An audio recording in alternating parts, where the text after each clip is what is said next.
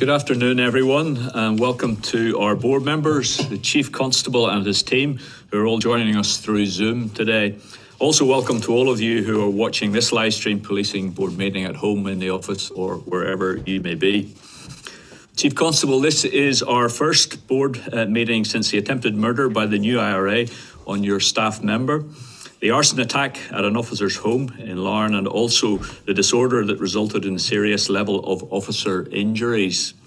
We trust that all of those who have been injured or traumatised by the recent events are getting the support needed, and also recognise that these events have undoubtedly brought unforeseen challenges for you and for your PSNI leadership team.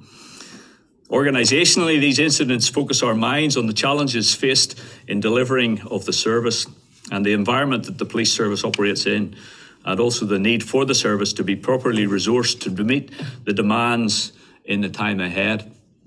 Today we've been looking again at the budgets. Whilst it is welcome that an additional 12.3 million has been allocated by the Executive, which will allow numbers to return to around 7,100 officers, it is still far short of the 7,500 promised, and it's now key that the additional monies are provided to allow numbers to be restored to this.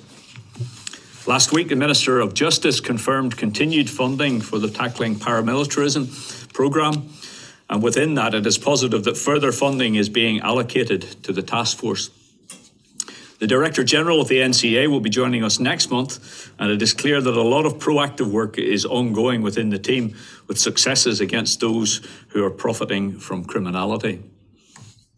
As you're aware, HMI inspectors have been here at the board working on the review, which we asked the Justice Minister to commission, and we are expecting that to be published in the week commencing 17th of May.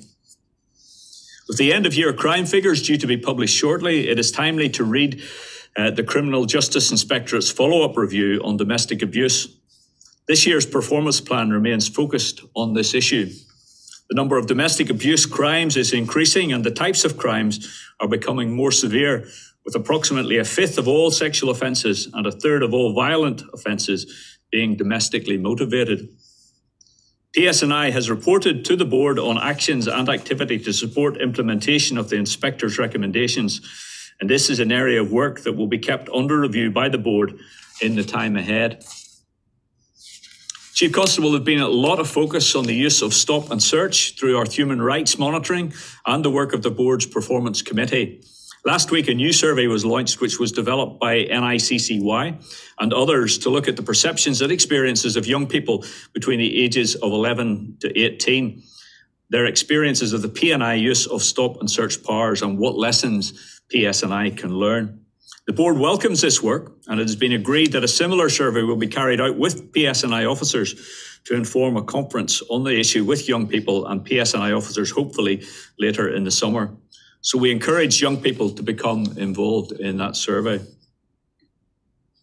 We had discussions today on a timeline for filling the remaining vacancies within the leadership team, and the board will be moving ahead with competitions to appoint to the remaining PSNI senior officer positions, and later in the year to appoint assistant chief constables.